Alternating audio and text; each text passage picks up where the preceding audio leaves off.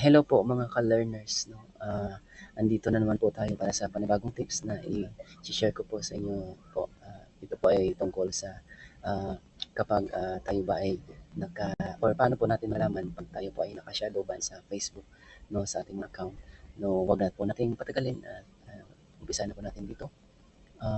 First one, i-check po muna kung naka-shadow ban nga ba yung ating mga Facebook page at, first thing na dapat natin gawin, tingnan kung, bumababa bigla ang reach, likes, shares at comments kahit pareho pa rin ang efforts mo sa pag-upload ng video. Yes po, dapat po nating, or try po nating mag-upload ng panibagong videos o reels or anumang, content na gusto niyong i-upload at, same effort po yun na inyong, binigay sa pag-upload ng inyong videos. 'Pag nakita niyo po, natapos o na-upload niyo na po sa Facebook at nakita niyo na, mababa ang reach, ang likes, ang shares at comments, then, sign na po 'yun na tayo po ay naka, shadow ban sa Facebook po o yung Facebook page po natin ay naka-shadow ban sa Facebook. Next, tips na dapat nating i-check ay, magtanong sa ilang kaibigan kung lumalabas ba sa kanila ang post mo. O yes po, dapat po nating i-check sa ating mga friend o mga, relatives kung, lumalabas nga ba talaga tayo o yung ating mga post sa kanilang, FB page o sa kanilang Facebook account na 'pag tayo po ay, nag-upload ng ating mga bagong, videos, ating mga posts po.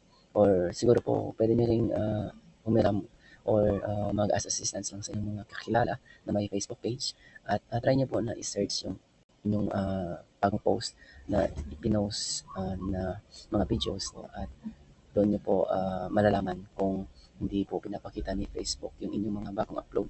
Then, sign po 'yun na tayo po ay naka, Facebook shadow ban sa ating, yung ating, mga account o ating mga post o ating Facebook page ay naka shadow ban sa Facebook po. 'Yan po ang tips, na isa sa mga tips na very effective po talaga sa pagche-check if tayo po ay naka shadow ban. And next tips, i-review ang iyong content. Sabi dito, baka may labis na clickbait titles, misleading posts, o paulit-ulit na pare-pareho ang nilalaman.